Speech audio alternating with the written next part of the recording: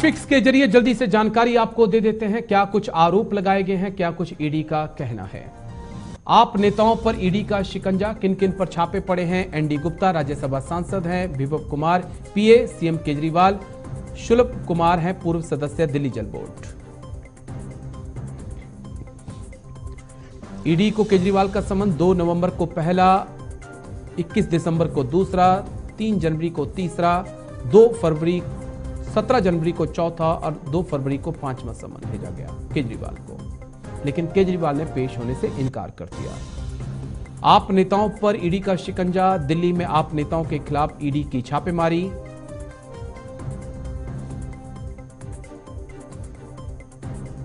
ED CM Kejriwal के पीए के खिलाफ ईडी के छापे।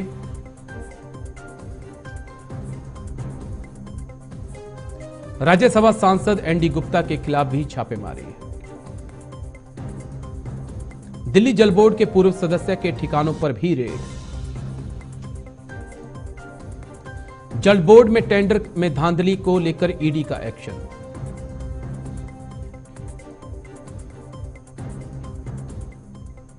कुछ अहम सवाल जिन पे आज बात होगी और चार खास मेहमान भी हमारे साथ जुड़ेंगे जिनसे समझने की कोशिश करेंगे। ईडी और केजरीवाल में टकराव क्यों है,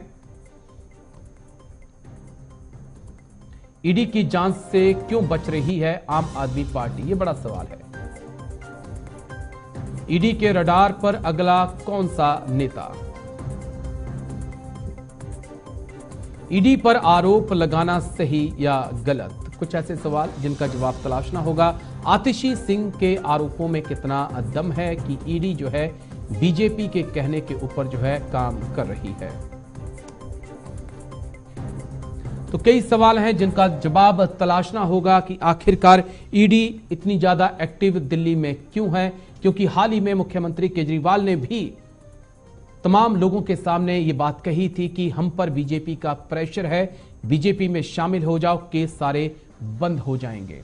वहीं अब आतिशी ने भी ईडी के ऊपर आरोप लगाया है कि बीजेपी के कहने पर जो है वो आम आदमी पार्टी के खिलाफ एक अभियान चलाया जा रहा है। तमाम सवाल जिनको समझने की कोशिश करेंगे और इन सवालों के उत्तर देने के लिए, इन्हें समझाने के लिए 4 खास मेहमान आज हमारे साथ जुड़ चुके हैं। शान खान है, कांग्रेस प्रवक्ता हैं, बहुत बहुत शुक्रिया शान खान जी। प्रदीप सिंह है, बीजेपी के नेता हैं, बहुत बहुत शुक्रिया प्रदीप जी आपका भी। अनुराग मिश्रा, आप नेता हैं, बहुत बहुत शुक्रिया अनुराग जी। अमिताभ कुमार, वरिष्ठ पत्रकार, मेरे साथ जुड़ चुके हैं, बहुत बहुत शुक्रिया आप चारों खास मेहमानों का। अमिताभ जी, तीनों कांग्रेस प्रवक्ता हैं, तीनों अपनी अपनी पार्टी की बात रखेंगे, लेकिन एक निष्पक्षता की उम्मीद मुझे हमेशा पत्रकारों से रहती है और यही उम्मीद मैं आपसे भी रखूंगा। सर, जिस प्रकार से हम ईडी को बहुत ज्यादा एक्टिव देख रहे हैं दिल्ली के अंदर, और अरविंद केजरीवाल जब ये कहते हैं कि मेरे पर भी प्रेशर है कि हमें आम आदमी पार्टी को अब विलय कर लेना चाहिए बीजेपी के अंदर। आतिशी के आज आरोप कि देखिए हमारे ऊपर प्रेशर बनाया जा रहा है, ईडी जो कार्रवाई कर रही है वो बीजेपी के कहने के ऊपर कर रही है। वहां एक सिटिंग सीएम जो है उसे ईडी जो है गिरफ्तार किया जाता है, वो अगले दिन जब आते हैं तो कहते हैं कि इसमें राजभवन भी शामिल था।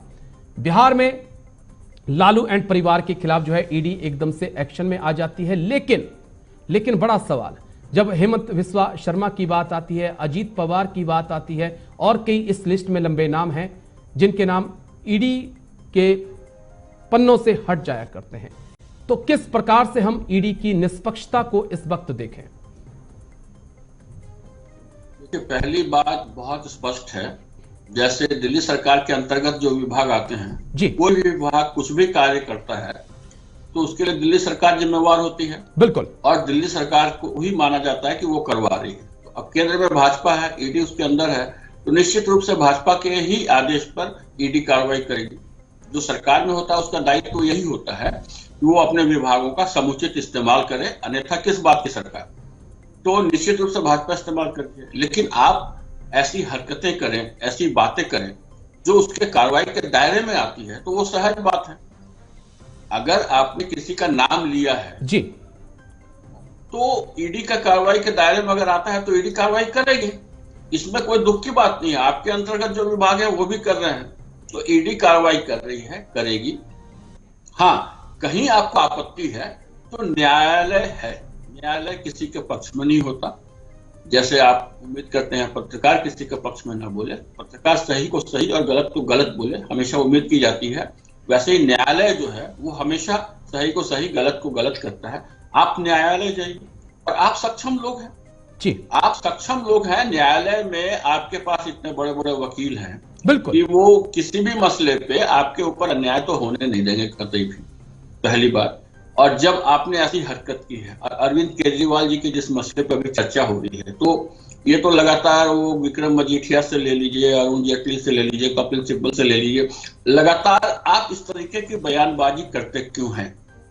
क्योंकि आपको समझना है कि आपके मुख से निकला शब्द, वो भी मीडिया के माध्यम से जब वो आप जा रहे हैं, बोल रहे हैं, किसी भी प्लेटफॉर्म के माध्यम से बोल रहे हैं, उस मीडिया वाले की भी बदनामी होती है कि आपने कुछ गलत बोल दिया और करोड़ों लोगों तक उसके माध्यम से पहुंच गई। मैं बस एक सवाल और फिर मैं दर्शक वर्ग है, तमाम लोग हैं जवाब देने के लिए, दर्शक वर्ग है वो भी तो भ्रमित होता है और उस चैनल या उस अखबार के ऊपर भी आरोप लगता है कि आपने गलत चीज प्रसारित करने में मदद की है।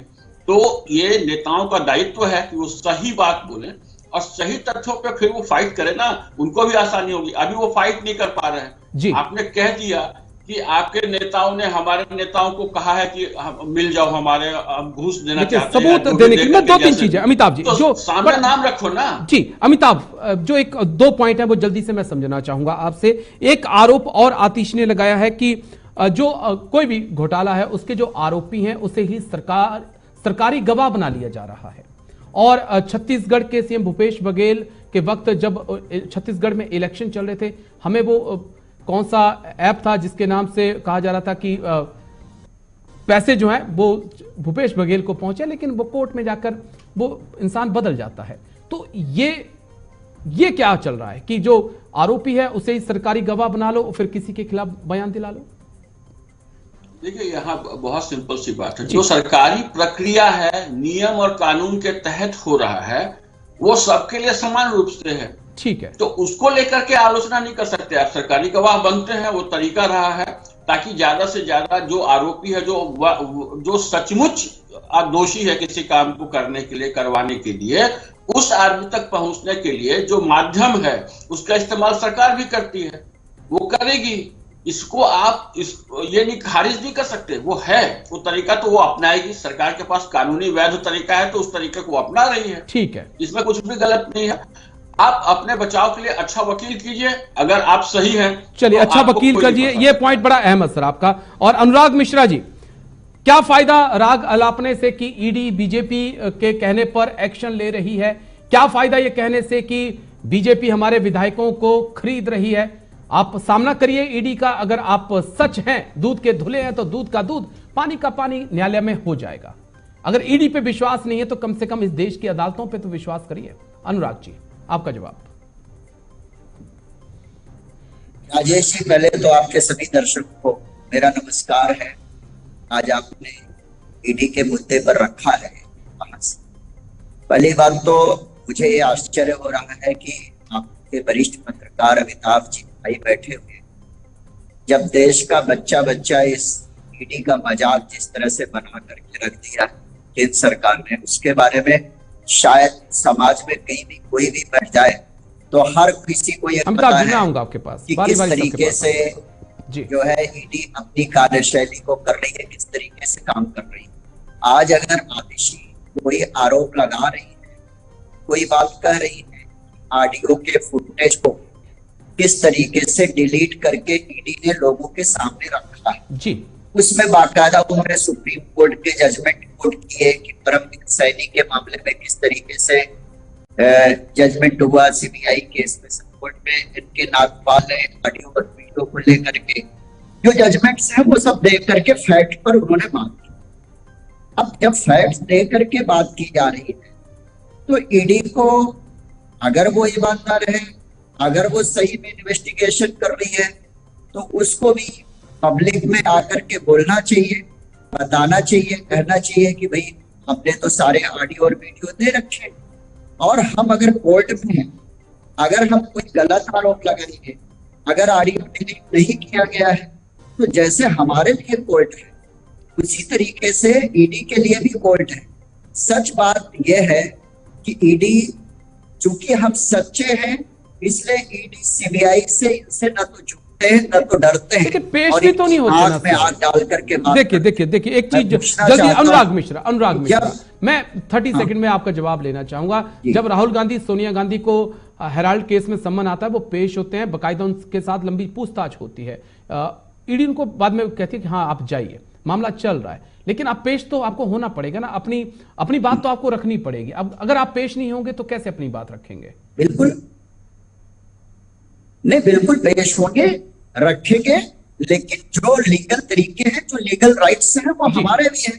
अगर आप केवल परेशान करने की नीयत से आपको ये बताएंगे कि आप किस हैसियत से आप बुला रहे हैं, क्यों बुला रहे हैं, हम तो आपके सारे पत्रों का जवाब दें। आप हमको बताइए ना, जो सवाल हम खड़े कर रहे हैं उस पर आपको तो जवाब देना पड़ेगा, लेकिन आप जवाब नहीं देते।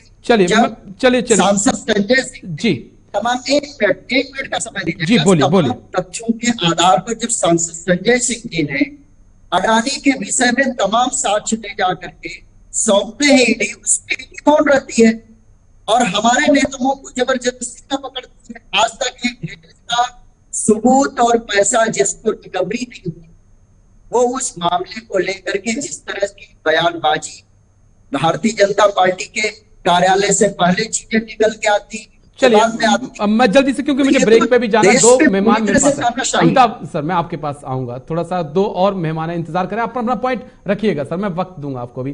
प्रदीप सिंह जी, आपके ऊपर आरोप लग रहा है कि लोकसभा चुनाव से पहले आप चाहते हैं कि आम आदमी पार्टी या तो हमारे साथ या फिर हमारे खिलाफ।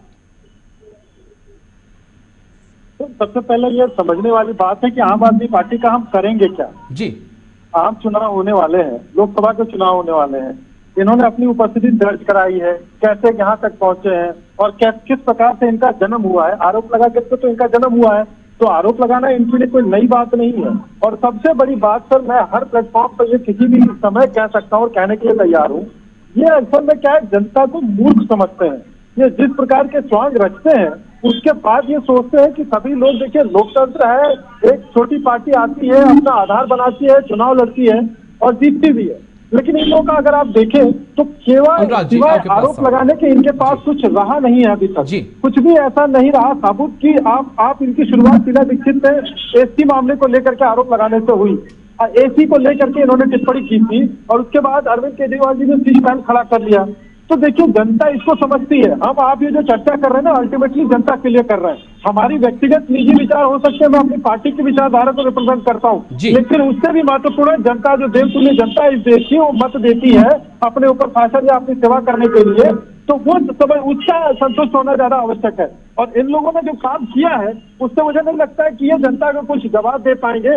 आने वाले विधानसभा, बीते विधानसभा चुनाव और आने वाले लोकसभा के आम चुनाव, उसमें हमने 14 में देखा, 19 में देखा, 24 में भी देख लेंगे। विधानसभा में तो आपको भी पता है सर आपकी क्या हालत हुई है और क्या लोकसभा का डर इस बार आपको सता रहा है। मुझे एक छोटे से ब्रेक के लिए रुकना होगा। जनादेश है, हमने उसको स्वीकार किया, लेकिन जब आम चुनाव आते हैं तो जनता का जनादेश हम उसे भी स्वीकार करते हैं और सहर्ष स्वीकार करते हैं। और इस बार जनता बताएगी कि क्या आने वाला है रिजल्ट में। ठीक है, चलिए एक छोटे से ब्रेक के लिए हमें रुकना होगा। शान खान, मैं माफी चाहूंगा आपसे, लेकिन ब्रेक के बाद सीधा मैं आप ही के पास आ रहा हूं। आज के सवाल में ईडी के एक्शन और आप में जो टेंशन है उस पर चर्चा जारी है, लेकिन पहले एक छोटा सा ब्रेक। फिर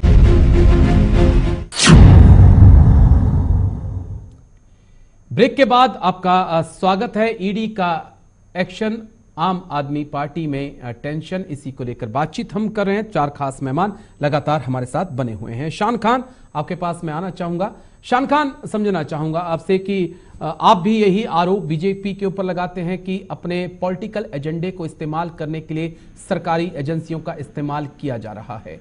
फिर राहुल गांधी हो या खड़गे हो, तमाम आपकी टॉप लीडरशिप जो है यही आरोप लगाती नजर आ रही है। क्या आपको इन एजेंसियों की निष्पक्षता पर भरोसा नहीं है, शान खान? देखिए राजेश भाई, केंद्र की भाजपा सरकार संपूर्णता प्रतिशोध कुंठा से ग्रसित हो चुकी है।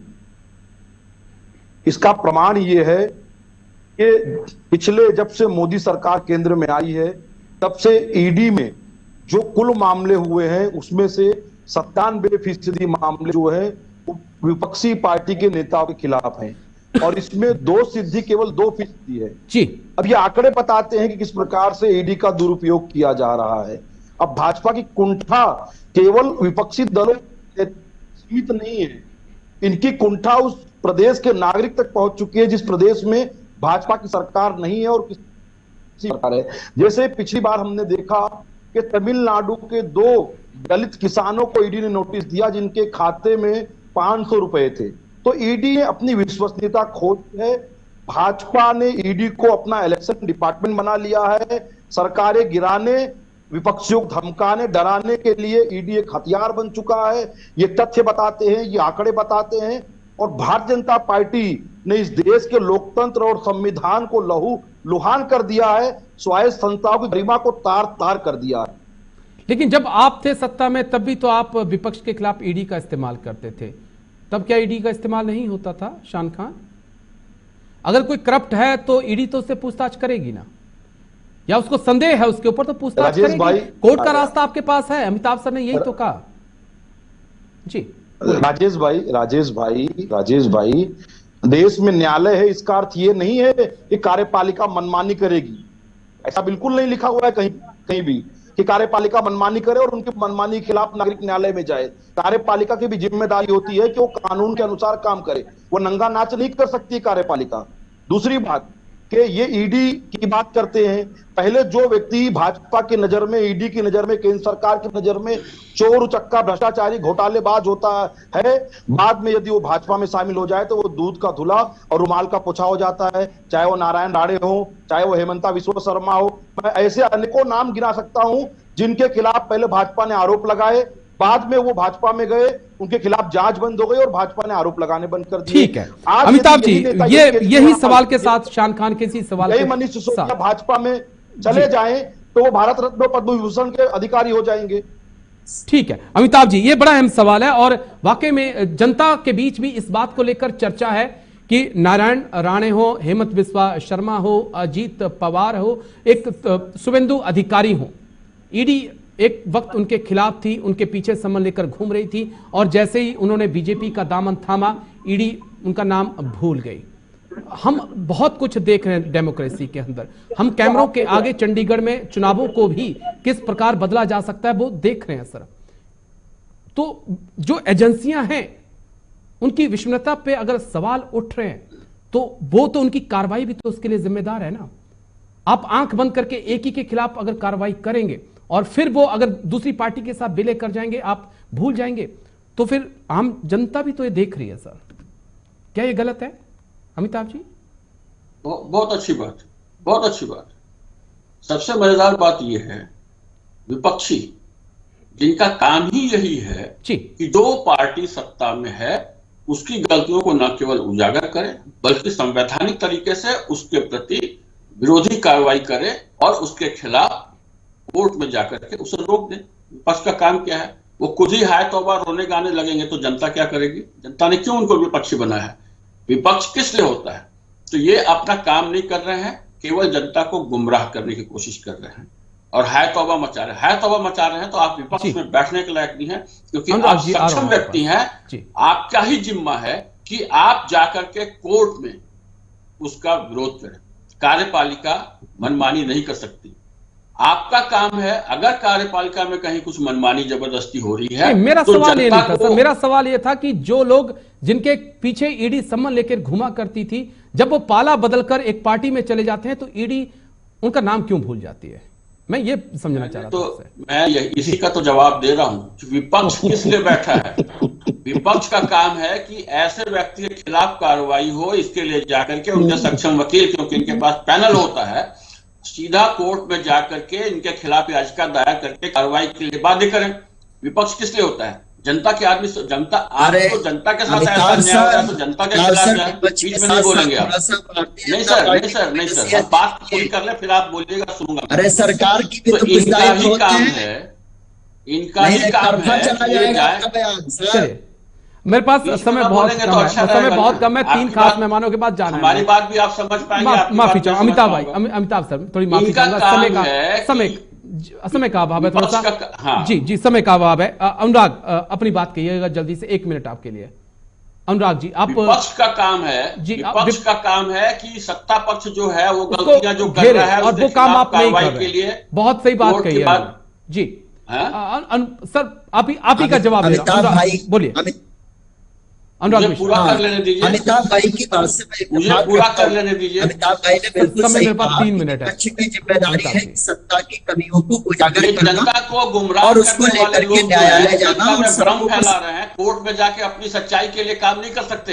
इनका काम है सत्ता पक्ष की गलतियों को जाकर के रोकना, तो ये खुद है तौबा कर मैं रहे हैं। एक चीज ये और भी चाहता हूं संवैधानिक कि संस्थाओं को बदनाम ना ये करें। भी तो जिम्मेदारी इनका काम है आपकी बनती संवैधानिक है संस्थाओं कि को आप बदनाम कम ना से कम करें, एक बार सत्ता पक्ष क्योंकि पर आप भी सवाल जनता के उठाइए। बीच उसकी विश्वसनीयता अपने चलिए यूपी प्रदीप जी पुलिस आपके और पास सीबीआई आऊंगा को जल्दी कम कर से। रहे हैं। शान खान कुछ कहना चाहते हैं। आपको शान इस खान बात जल्दी की से अपनी इजाजत बात रखिए, मेरे पास देगा 1 मिनट कि बचा है। आप अपने बातें ठीक है गुमराह अमिताभ भाई, करने के लिए अमिताभ जनता को अमिताभ यहाँ पे जी, कह लें। अमिताभ जी तो शान खान कुछ कहना चाहते हैं, जल्दी से शान खान अपनी बात रखिए। प्रदीप जी उसके बाद मैं सीधा आपके पास आ रहा हूं। देखिए राजेश भाई, हमारे जो आदरणीय वरिष्ठ पत्रकार महोदय कह रहे हैं कि विपक्ष का काम न्यायालय में जाकर ईडी के खिलाफ कार्रवाई करना होता है, तो मैं उनसे पूछना चाहता हूं तो फिर ईडी वालों का क्या काम है? ईडी वालों का काम है केवल भाजपा की कठपुतली बनकर काम करना। यदि किसी भी घर में चोरी हो गई तो आप कहेंगे कि पुलिस की लापरवाही से चोरी हुई है। इससे ये तो नहीं साबित होता है कि चोरी नहीं हुई है, जिसने चोरी की है वो बिल्कुल अपराधी नहीं है, वो अपराधी तो माना ही जाएगा, भले चलिए, पुलिस की 30 सेकंड लापरवाही से में, चोरी हुई है। तो जवाब दे भाजपा दीजिएगा, सर। ईडी का दुरुपयोग कर रही है तो माना ही जाएगा। जी भले अमिताभ जी जल्दी से जवाब दे दीजिए इनका, उसके बाद मैं आपके पास आ रहा हूं। देखिए ये गलत गुमराह करने वाली बात कर रहे हैं। अगर कोई भी विभाग गलत काम कर रहा है तो कोर्ट है, और कोर्ट में जाने के लिए आप लोग हैं सक्षम। सरकार क्या आपको करेगी? चाहिए कि जनता को बचाएं। सरकार क्या करेगी? और कोर्ट में केवल सरकार न्यायालय का को काम बाध्य है। कीजिए ना। सरकार का काम बेईमानी करना है क्या? कौन से वरिष्ठ पत्रकार बनकर आए हो आप? कौन से वरिष्ठ आप पत्रकार हो आप? सरकार को रोक नहीं पा रहे हैं मुझे तो क्या विपक्ष दे रहे में हो क्यों आप? बैठे हैं? आप कौन विपक्ष से में वरिष्ठ क्यों बैठे पत्रकार हैं? बन के अगर आए हो आप आप? सरकार को कानूनी मुझे तो तरीके लग से रहा है नहीं आप- रोक पा रहे हैं मुझे तो तो लग रहा है आप आप विपक्ष में चड्डी क्यों चाप बैठे लेके हैं? यहाँ दिल्ली में तो विपक्ष में बीजेपी है जनाब। और नागपुरी दिल्ली में तो विपक्ष में ही बीजेपी है जो आरोप लगा रही है। चलिए मेरे पास कम समय है। प्रदीप जी विपक्ष में बैठ के अपना काम नहीं कर पा रहे हैं, जनता मतलब को सुरक्षा नहीं दे पा अमिताभ जी रहे हैं। अमिताभ जी अमिताभ जी के हिसाब से काम नहीं अमिताभ कर जी पा रहे हैं। अमिताभ जी आप व्यक्ति- शान खान अमिताभ जी एक सवाल। अमिताभ जी एक शान खान जी एक मिनट की खामोशी ले लेंगे, समय मेरे पास थोड़ा वैसे कम है। प्रदीप भाई वहां पे मुस्कुरा रहे हैं, इंतजार अपना कर रहे हैं। मैं अमिताभ जी, क्या दिल्ली के विपक्ष में बीजेपी है? आप ये भी कहना चाह रहे हैं कि बीजेपी अपना काम नहीं कर पा रही है और वो केंद्रीय एजेंसियों का अपना काम करने में मदद ले रही है? नहीं बिल्कुल। अगर आपका जो स्थानीय एजेंसी, जो आपके अंतर्गत जो एजेंसियां हैं, वो अगर काम नहीं कर रही हैं और उनको बीजेपी रोकने के लिए उचित उपाय नहीं कर रही है तो बीजेपी प्रदीप सिंह जी आपके ऊपर आरोप लग रहे हैं कि ईडी के इशारे पर सरकारों को अस्थिर आप कर रहे हैं, चाहे वो झारखंड हो, बिहार हो या फिर दिल्ली हो। इसका जवाब जल्दी से दीजिएगा, 1 मिनट मेरे पास बचा है, पूरा समय आपके लिए, जल्दी से। निश्चित तौर पर सर देखिए, ये लोग केवल आरोप लगाने के महारथी हैं। जनता के लिए उन्होंने क्या किया उसकी सच्चाई जैसे जैसे उजागर हो रही है, जनता देख रही है, समझ रही है। पता नहीं किस बात को आधार लेकर के जानते हैं, इनको शायद शर्म नहीं आती कि जनता के सामने भी जाना है। जनता को पहले रखिए, मतदाता को पहले रखिए, इनमें ये सबसे पीछे हैं। और उसके बाद अगर ऐसी कि कहा न जाए, है ना, रस्सी जल गई बल नहीं गया, ये कहावत इन लोगों पे एकदम सटीक बैठती है। लेकिन दिल्ली में तो अच्छा खासा बहुमत दिया है इनको, जनता ने दिया है प्रदीप भाई। निश्चित तौर पे जनता बहुमत देती है, एक बार देती है, 2 बार देती है, इन्हें भी 2 बार दिया, आगे देख लेंगे। लेकिन कम से कम कुछ तो जवाबदारी होनी चाहिए ना। देखिए लोकसभा चुनाव भी नजदीक है, 2 बार बहुमत जनता ने आपको भी दिया। वो नहीं तो हम कब कर रहे हैं सर? हमने यही तो कहा कि इनको 2 बार मिला है, हमें तो 2 बार मिल रहा है। केंद्र में 2 बार मिल चुका है प्रदीप भाई, तीसरी बार लोकसभा चुनाव होने जा रहे हैं, तीसरी बार भी मिलने जा रहे हैं हमें। भाई साहब मैं ये कहना चाह रहा हूँ कि हास्यास्पद है इनकी बातें, चर्चा। ये पैनल में बैठे कम से कम थोड़ा तो लिहाज करना के लोग चलिए माफी चाहूंगा पीछे से लगातार कमान आ रही है कि समय पूरा हो चुका है। बहुत बहुत शुक्रिया आप चारों खास मेहमानों का, शान खान जी, प्रदीप सिंह जी, अनुराग मिश्रा, अमिताभ कुमार जी, बहुत बहुत शुक्रिया मेरे साथ खास चर्चा में हिस्सा लेने के लिए। तो ईडी अपना काम कर रही है लेकिन आम आदमी पार्टी में टेंशन है। और सबसे बड़ा सवाल जो वरिष्ठ पत्रकार अनुराग मिश्रा, माफ करिए अमिताभ कुमार ने भी कहा कि अगर आप बेगुनाह हैं, ईडी का सामना करिए और अदालतें आपके सामने हैं, आप अपना पक्ष रखिए, आपको न्याय मिलेगा। आज मेरे साथ इतना ही। देश और दुनिया की खबरों के लिए